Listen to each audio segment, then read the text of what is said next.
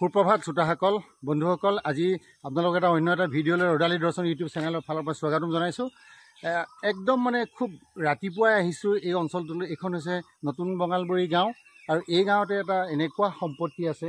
এয়া মই তেখেতসকলৰ ঘৰলৈ সোমাম এতিয়া যে আজি আছে নতুন বঙালবৰী গাঁৱৰ বৰসভা আৰু এই বৰসবাহলৈ এই গ্ৰন্থভাগ মানে নামঘৰলৈ লৈ যাব আৰু যি ঘৰ গৃহস্থৰ ঘৰত এই গ্ৰন্থভাগ আছে আমি জনামতে এইখন এখন সাঁচিপাতৰ পুথি আৰু এই সাঁচিপাতৰ পুথিখনক খুব মান্যতা দি তেখেতসকলে বছৰেকত এবাৰহে মাত্ৰ নামঘৰলৈ নিয়ে আৰু যেতিয়া গাঁৱৰ গয়াৰ বৰসভা পাতে তেতিয়াহে লৈ যায়।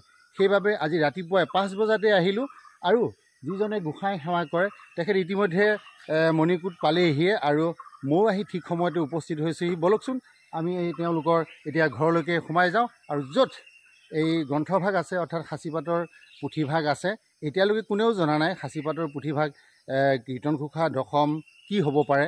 আজিহে সেই কথাটো পৰিস্ফুট হ'ব যে আচলতে সেই গ্ৰন্থখন সাঁচিপাতৰ গ্ৰন্থ হয় যদিও কি গ্ৰন্থ, কি পুথি, দশম কীৰ্তন, এই বিষয়টো আজি আমি পৰিস্ফুট হ'ম। বলকচোন এতিয়া মই তেওঁলোকৰ ঘৰলৈকে সোমাই আহিছোঁ। এয়া মই আহি আছোঁ এতিয়া তেওঁলোকৰ ঘৰলৈ।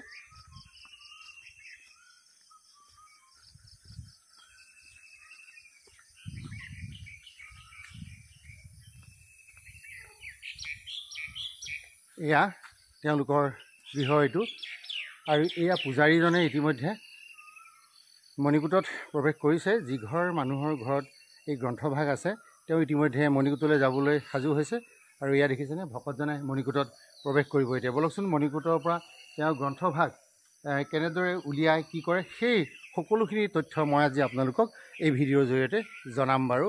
এয়া তেখেত আহি ইয়াত উপস্থিত হৈছে। এতিয়া মণিকূটৰ ভিতৰত সোমাব তেওঁ।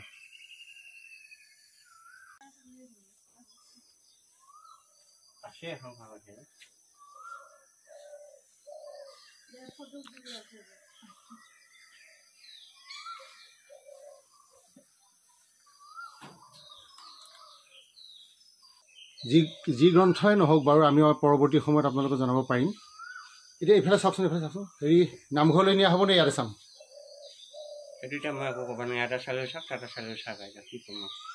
অঁ ঠিক আছে বাৰু, নামঘৰতে গৈ চাম।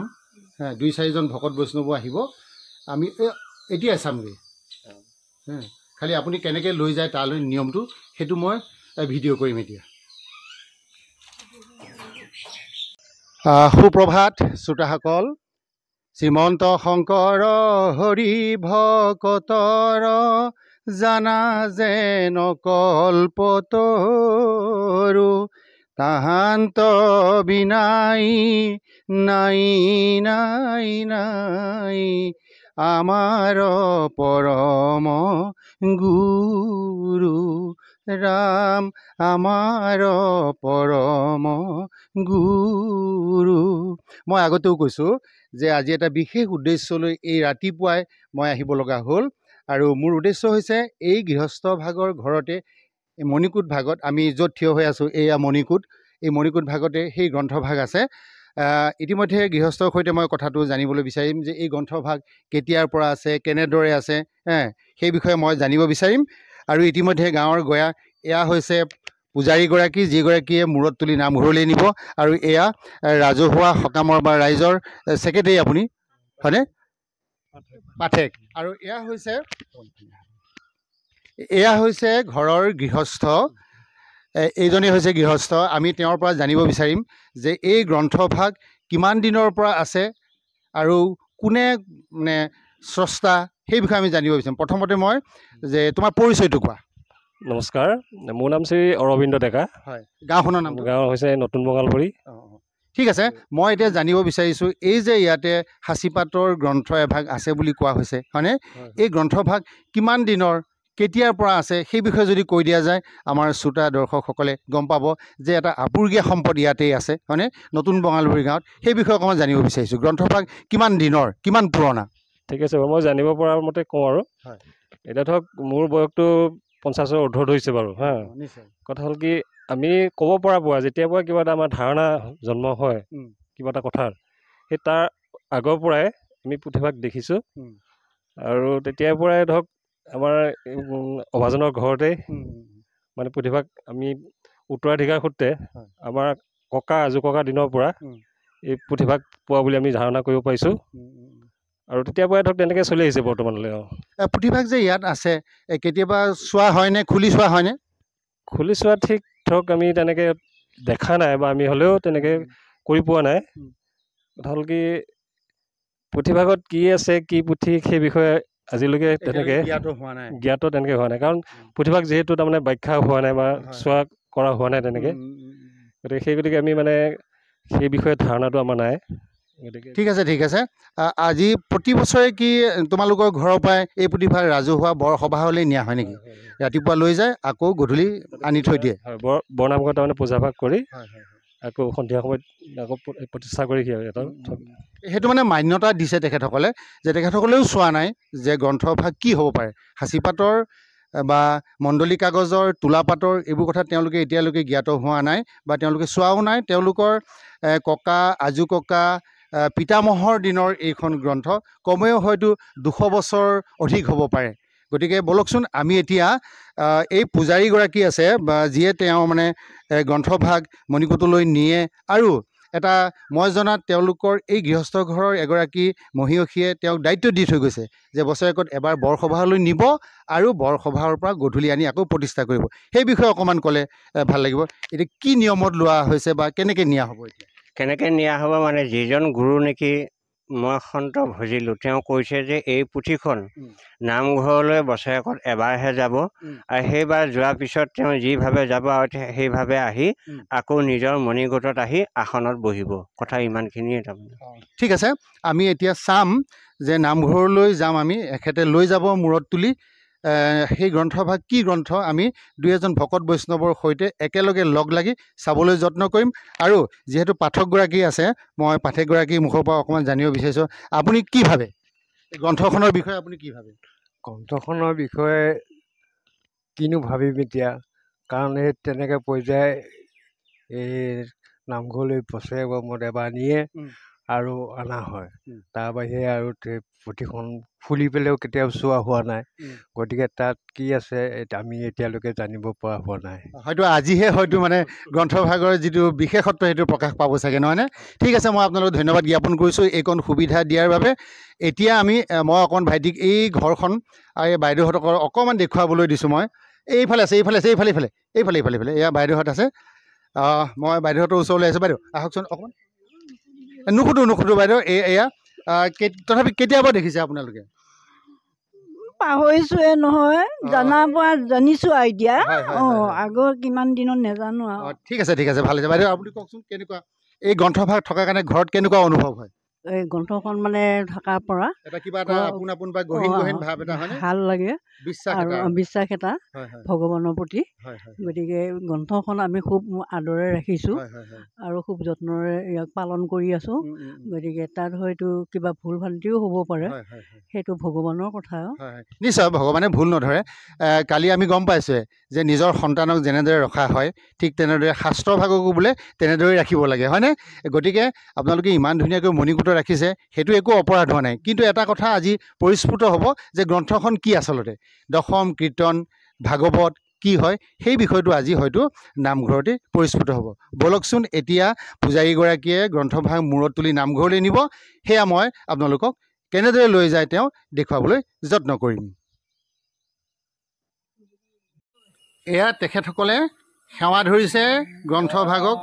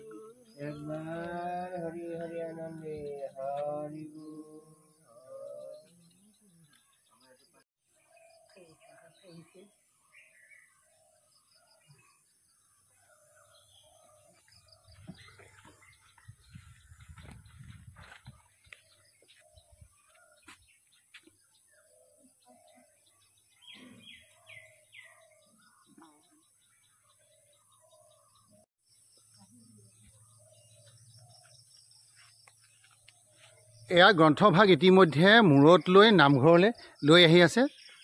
আৰু এটা বিশেষত্ব যে এগৰাকী আয়ে তেওঁক মানে দায়িত্বটো দি থৈ গৈছিলে যে চোৱা চিতা কৰিবৰ বাবে, আৰু সেই চোৱা চিতা কৰাৰ সুবাদতে তেখেতে এই কাৰ্যভাগ গ্ৰহণ কৰি আছে। আৰু এতিয়া তেওঁ এই গ্ৰন্থখন নামঘৰলৈ লৈ যাব। আজি বৰসবাহত তেওঁলোকে প্ৰতিষ্ঠা কৰিব নামঘৰত।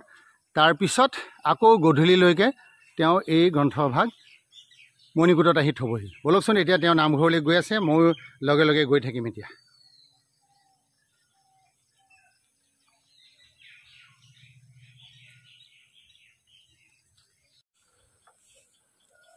এয়া পুথিভাগ আহি আছে নামঘৰলৈ।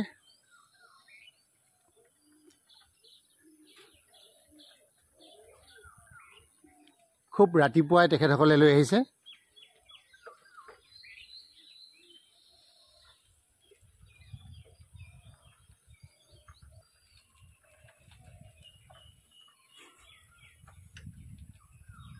এইখন হৈছে নতুন বঙালবৰী গাঁও। শস্য মৎস্যৰে পৰিপূৰ্ণ এখন গাঁও। এটা সুনাম আছে যে নতুন বঙালবৰী গাঁৱৰ যিকোনো ফল মানে জৈৱিক সাৰেৰে প্ৰস্তুত কৰা এখন গাঁও। আৰু সেই নামটো হয়তো বজাৰ সমাৰবিলাকত আছে। যিকোনো গ্ৰাহককেই তেওঁলোকে আকৰ্ষণ কৰিব পাৰে।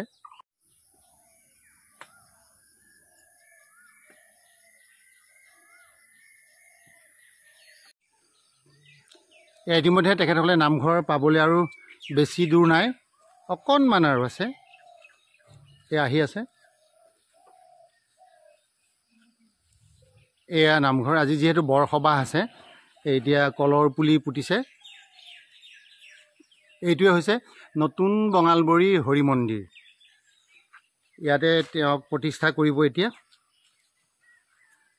এয়া নামঘৰলৈ প্ৰৱেশ কৰিছে।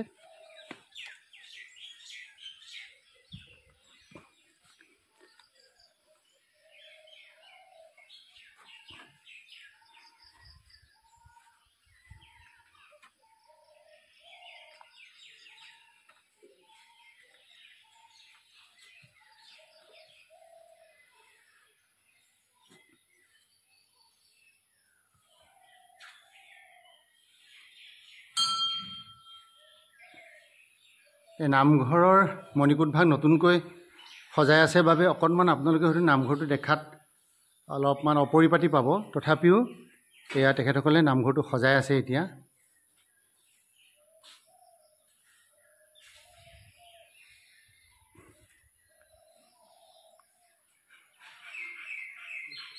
এয়া দেখিছেনে, সময় এতিয়া 6 বাজু হৈছে মাত্ৰ।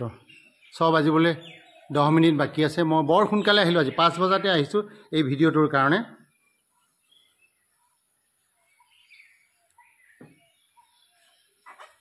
এটা নিৰ্দিষ্ট আসনত থ'ব এতিয়া। আৰু ইয়াৰ পিছতে আমি নামঘৰতেই 2-4জন ভকত বৈষ্ণৱৰ সৈতে আজি গ্ৰন্থভাগ চাম। আৰু আমাৰ সৌভাগ্য হ'ব, ৰাইজৰো সৌভাগ্য হ'ব, সকলোৰে বাবে আমি অকণমান সময় খুলি পেলাই ইয়াতে চাম এতিয়া। হৰি ৰাম হৰি গুৰু সংঘত হৰি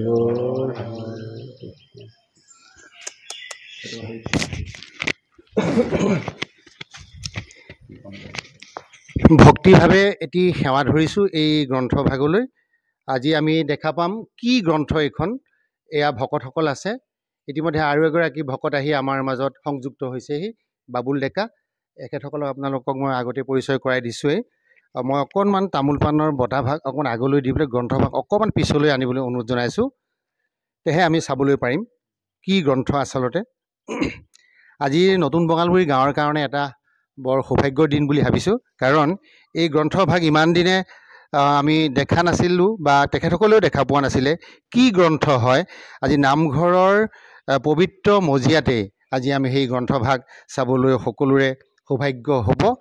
আৰু যিসকল আমি ভাবিছিলোঁ আৰু কেইবাজনো জ্যেষ্ঠ লোক ইয়ালৈ আহিব, কিন্তু তেখেতসকলৰ এই পুৱাৰ সময়ভাগত আহিব নোৱাৰিলে। তাৰ বাবে আমি কেতিয়াও তেওঁলোকক দোষাৰোপ কৰা নাই। আৰু যিকেইজন ভকত বৈষ্ণৱ আছে তেওঁলোকৰ মাজতেই আমি আজি এই গ্ৰন্থভাগ চাবলৈ যত্ন কৰিম। এয়া হৈছে গ্ৰন্থভাগৰ পূজাৰী, আৰু যাৰ ঘৰত আছিলে আমি আগতেও পৰিচয় কৰাই দিছোঁ। তেওঁৱে ইতিমধ্যে নামঘৰলৈ গ্ৰন্থভাগ লৈ আহিছে। এতিয়া আমি অতি আলফুলে, অতি সযতনে, অতি ভক্তিভাৱে আমি এতিয়া গ্ৰন্থভাগ মুকলি কৰিম, চাম, আৰু এটা বাকচত সুন্দৰকৈ থৈ দিছে তেখেতসকলে। আৰু কি আছে এতিয়া আমি লাহেকৈ চাবলৈ যত্ন কৰিম। এয়া তেওঁ এতিয়া খুলিব। এতিয়া এইখন এখন ঢাকনিৰে কাপোৰেৰে ঢাকি থৈ দিছে।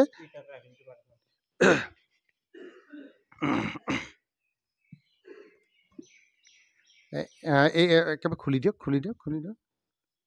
এয়া দেখিছেনে? এইটো হৈছে সুন্দৰ এটা বাকচ। ইয়াতে হয়তো কোনোবাই যি অৰিহণা দিয়ে সেয়াও থৈছে। এই মানে অলপ কিছু পইচাও আছে ইয়াতে। আমি লাহে লাহে আপোনালোকক দেখুৱাম। এইটো বাকচটো বৰ সুন্দৰকৈ আৰ্ট কৰা। এইবোৰ দেখিছেনে? ইমান ধুনীয়াকৈ খাজ কাটি থৈছে। হয়তো আজিলৈ কোনেও এনেদৰে চাব পৰা নাই। এয়া দুই এটা পৰুৱা বগাইছে অৱশ্যে। আমি সন্দেহ কৰা ধৰণে হয়তো কিবা এটা ঘটিবও পাৰে, একো ডাঙৰ কথা নহয়। চাওঁচোন এতিয়া আমি পইচাকেইটা অকণমান আগলৈ থৈ দিলে হ'ল।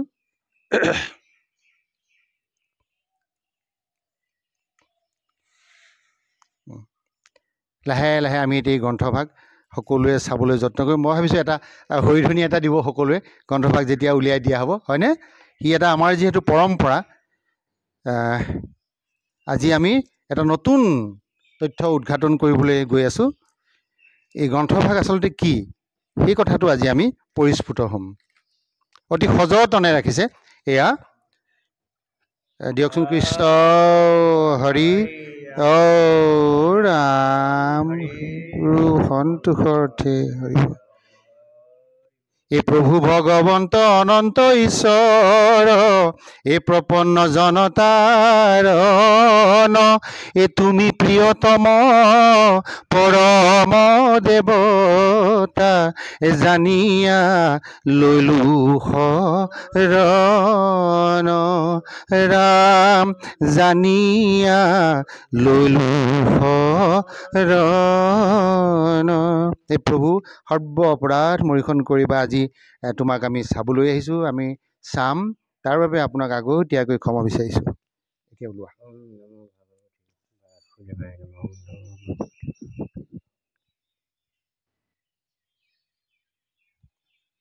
কৃষ্ণ কৃষ্ণ।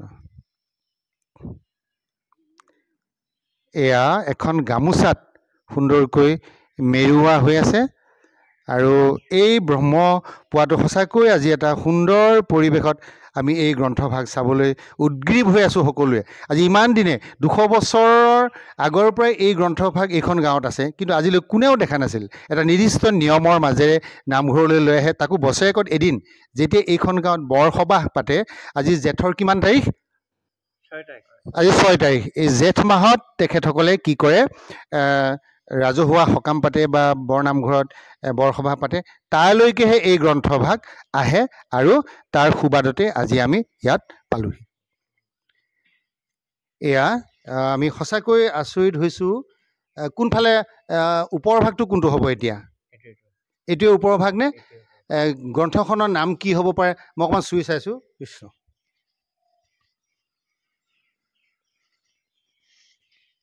আমি ভবা ধৰণে এইখন আচলতে প্ৰথম কথাটো হৈছে কি, এইখন 1 নম্বৰ কথা, এইখন সাঁচিপাতৰ পুথি নহয়। কাৰণ সাঁচি গছৰ বাকলিৰে যি ভাগ গ্ৰন্থ ৰচনা কৰা হয়, সেয়া হৈছে গছৰ বাকলিৰে লিখা। অৰ্থাৎ আমি যাক এতিয়া অগৰু বুলি কওঁ, অগৰুকে আচলতে সাঁচি গছ বুলি কয়। আপোনালোকে জানেনে? অগৰু গছকে সাঁচি গছ বুলি কয়। কিন্তু এইখন সাঁচি পাতৰ পুথি নহয়, সেইটো 1 নম্বৰ কথা। এতিয়া চাওঁ যে এয়া হৈছে তোলাপাত, অৰ্থাৎ মণ্ডলী কাগজত লিখা। এই আমি পৰিস্ফুট হৈছোঁ যে এইখন হৈছে মণ্ডলী কাগজত লিখা এখন গ্ৰন্থ। এতিয়া গ্ৰন্থখন কি গ্ৰন্থ আমি অলপ চাবলৈ যত্ন কৰিম। ইয়াৰ ভাষাবোৰ আছে, মই যদি ক'ব বিচাৰোঁ, এইটো আমাৰ পুৰণি অসমীয়া ভাষাত লিপিত লিখা আছে।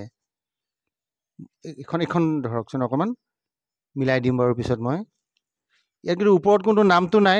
এইখিনিতে মাজতে এডাল গৰ্ভশলা এডাল থাকিব লাগিছিল, যদিও ইয়াত কিন্তু গৰ্ভশলা নাই। কাৰণ এই গৰ্ভশলাডাল কিয় দিয়ে জানেনে? এই গৰ্ভশলাডাল থাকিলে এনেকৈ ফুটা কৰিবলৈ সুমুৱাই থৈ, যাতে পৃষ্ঠাবোৰ যাতে ওলট পালট নহয়, তাৰ বাবে সেইটো ব্যৱস্থা কৰা হৈছিল। কিন্তু এইখন যিহেতু সাঁচি গছৰ নহয়, সেইবাবে হয়তো তেখেতসকলে অকণমান কিবা এটা কাৰণত হয়তো এই ফুটাটো নিদিলে, সেইটো 1 নম্বৰ কথা।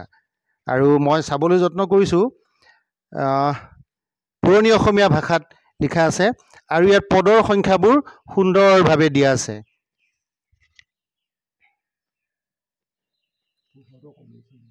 পোহৰটো কমা নাই, কিন্তু মানে মূল নামটো পোৱা হ'লে ভাল লাগিলে হয়। কি গ্ৰন্থ হয় আচলতে এইখন?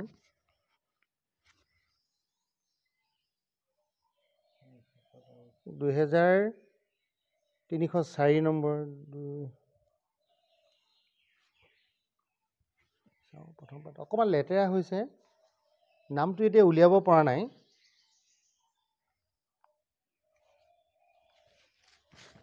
কৰাই চন্দ্ৰ নেত্ৰাতি বিপৰীত, চন্দনেও শীত কৰি হিৰসুৰৰি মিলে যৌ। পুৰণি অসমীয়া ভাষাত লিখা আছে বিষ্ণু যুগ।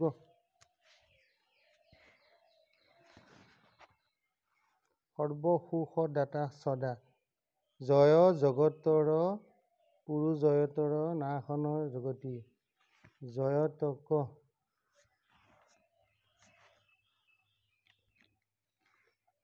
ইতিমধ্যে গ্ৰন্থখনৰ নামটো কিন্তু আমি এতিয়ালৈকে উলিয়াব পৰা নাই।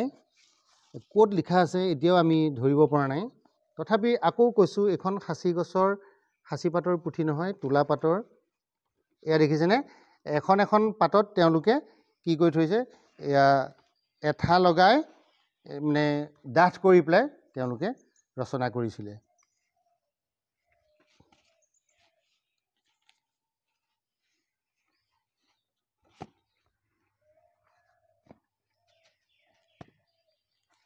সৌভাগ্যবশতঃ 2004 চনৰ যি বানপানী হৈছিলে, তাত কিন্তু কিছু অসুবিধাত পৰিছিল বুলি কৈছিল যদিও এতিয়ালৈকে যেনিবা চাব পৰা হৈ আছে। এয়া পোক সোমাইছে। তেখেতসকলে বছৰেকত এবাৰহে যিহেতু চায়, গতিকে অকণমান কি হৈছে,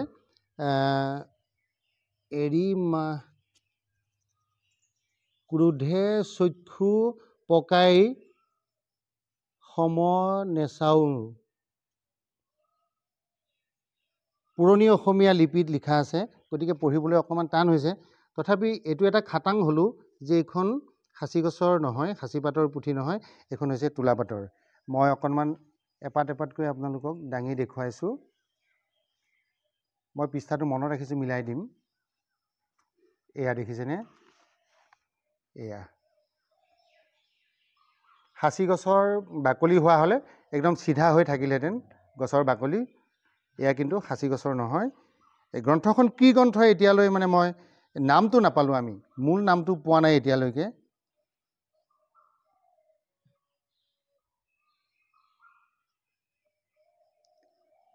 বহুত ভাল কথা, এতিয়ালৈকে যথেষ্ট ভাল হৈ আছে এই গ্ৰন্থভাগ।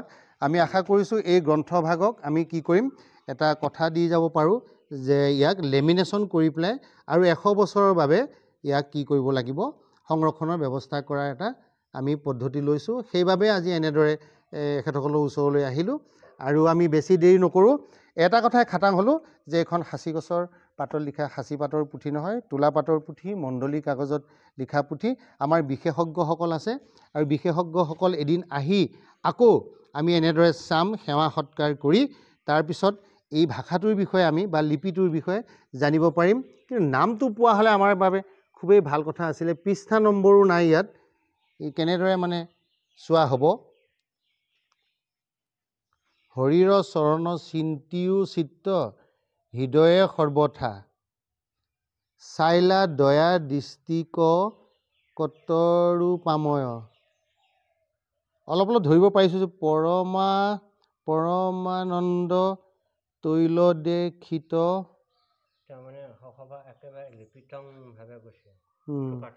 চাইলা দয়া দৃষ্টিত কতৰক্ষু পায়, দহিলা লংকা নগৰী।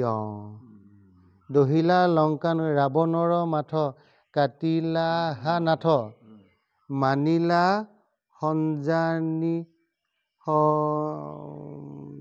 সংজ্ঞানিক মুক প্ৰগুমেক্ষিউক চৰণে কৰো প্ৰণাম এতেকে বুলিয়া নমি হৰি ঘোষা হৰিৰ চৰণ চিন্তিও চিত্ৰ হৃদয় সৰ্বথা চাইলা দয়া দৃষ্টি কত তোমাথ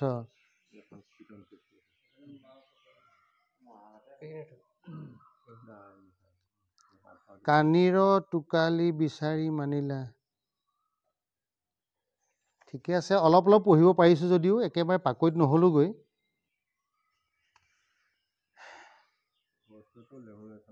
লেমিনেশ্যন কৰিবই লাগিব। ঠিক আছে বাৰু। হয় হয় হয়, আমাৰ পুৰণা লিপি পঢ়িব পৰা আমাৰ বিশিষ্ট ব্যক্তিসকল আছে। এদিন আমি পুনৰ আহিম, এই গ্ৰন্থভাগত কি লিখা আছে সেই বিষয়ে আমি তেতিয়া জানিব পাৰিম। তথাপি এটা ইনফৰ্মেশ্যন দিলোঁ যে এই গ্ৰন্থভাগ এতিয়াও যথেষ্ট সুৰক্ষিত হৈ আছে। কিন্তু এটা কথা ঠিক যে আপোনালোকে এটা কাম কৰিব লাগিব। এই ইয়াতহে আছে, এইফালেহে আছে 39 নম্বৰ পদ। এই ওপৰৰ পাতবোৰ তললৈ গৈছে, ইয়াতহে ওলাব। অকণমান চোৱা যাওকচোন বাৰু। এইটো 40 নম্বৰ, এইটো 39 নম্বৰ পদ ঘোষা। 23 নম্বৰ এইটো, এয়াহে ওপৰত হ'ব।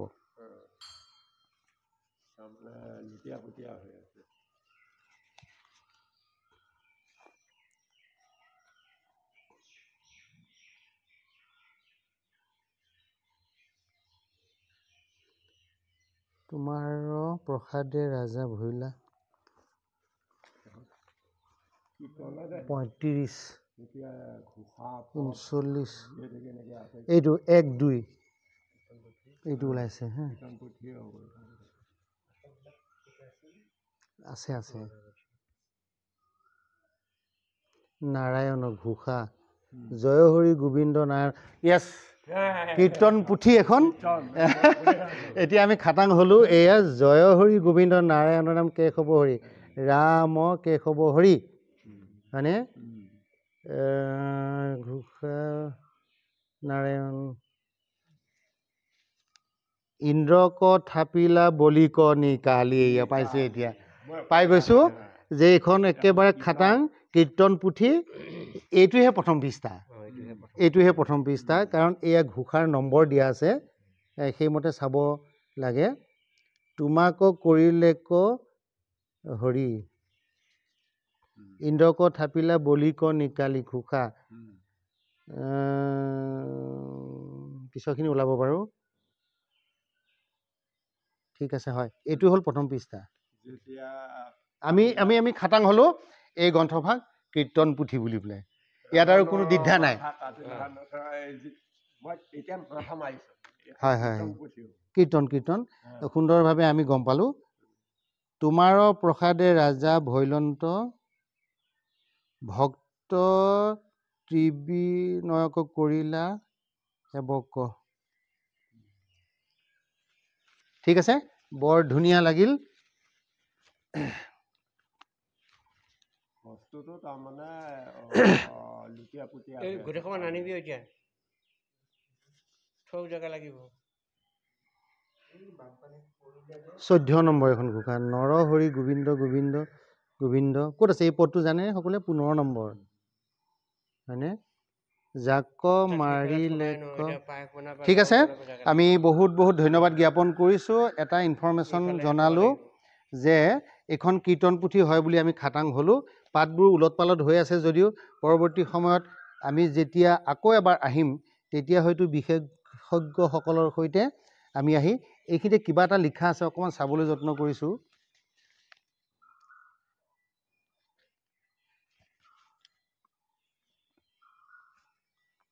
কিবা এটা শব্দ লিখা আছে, কোনে লিখা? বিৰচিলা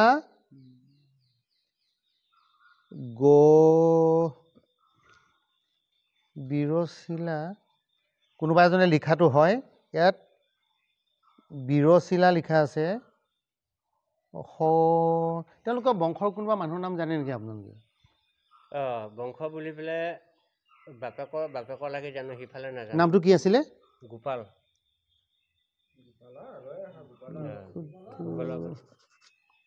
এইখিনিতে নাম এটা লিখা আছে কিন্তু মই পঢ়িব পৰা নাই।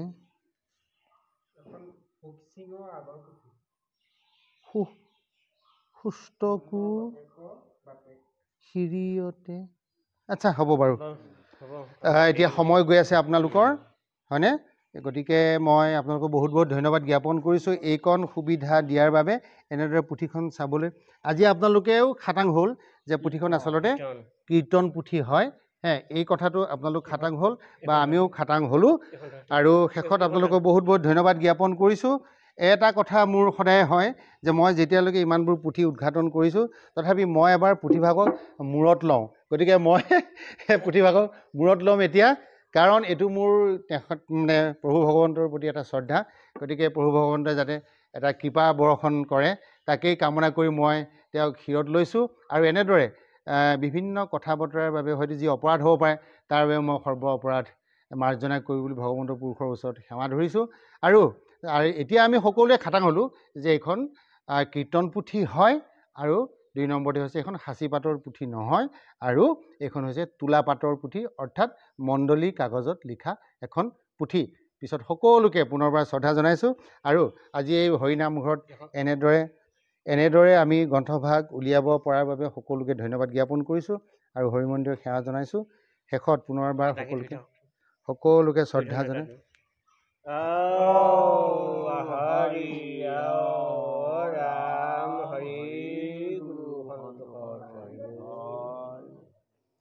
পৰৱৰ্তী সময়ত আমি এই বাৰ্তাটো আমাৰ যি বিভাগ আছে তেওঁলোকৰ সৈতে যোগাযোগ কৰি এই গ্ৰন্থভাগক আৰু যাতে ইয়াতকৈ অধিক বেয়া হৈ নাযায় তাৰ বাবে আমি সংৰক্ষণ কৰিবলৈ যত্ন কৰিম। এতিয়াও বহুত ভাল হৈ আছে বুলি মই ভাবিছোঁ। সন্মুখৰ 2-এটা পাত হয়তো অলপ বেয়া হৈছে, কিন্তু বিশেষজ্ঞসকল আহিলে ইয়াত যদি লেমিনেশ্যন কৰা যায় নিশ্চয় ভাল হ'ব। এনেদৰে সংৰক্ষিত হৈ থাকক তাকে কামনা কৰি আজিৰ এই ইনফৰ্মেটিভ যিটো ভিডিঅ' ইমানতে সামৰণি মাৰিছোঁ। পুনৰবাৰ শ্ৰদ্ধা জনাই, যদি মোৰ অনুষ্ঠানটো চাই ভাল পায় তেনেহ'লে আপোনালোকে লাইক শ্বেয়াৰ কৰিব, কমেণ্ট কৰিব। আৰু এনেকুৱা গ্ৰন্থ যদি কাৰোবাৰ ঘৰত আছে উদ্ধাৰ নোহোৱাকৈ তেনেহ'লে আমালৈ কমেণ্ট কৰি জনাব। আমি গৈ অন্ততঃ সংৰক্ষণৰ ব্যৱস্থা কৰি দিব পাৰিম। পুনৰবাৰ সকলোকে ধন্যবাদ জ্ঞাপন কৰি আজিৰ অনুষ্ঠানটো ইমানতে সামৰণি মাৰিছোঁ।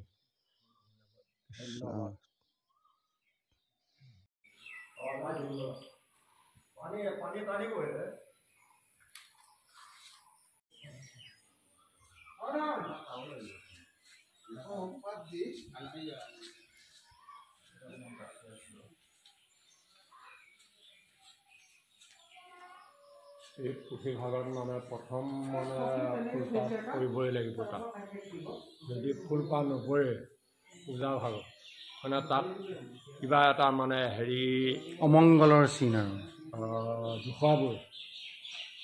এয়া পুথিভাগ এতিয়া তাত থাপনাত প্ৰতিষ্ঠা কৰি লৈছে। আৰু এই যে প্ৰতিষ্ঠা কৰিলে একেবাৰে বৰসবাহ শেষ হোৱাৰ পিছতহে গধূলিহে আকৌ মূল গৃহস্থৰ ঘৰলৈ লৈ যাব। নিয়ম নীতিৰে থ'বগৈ লাগিব।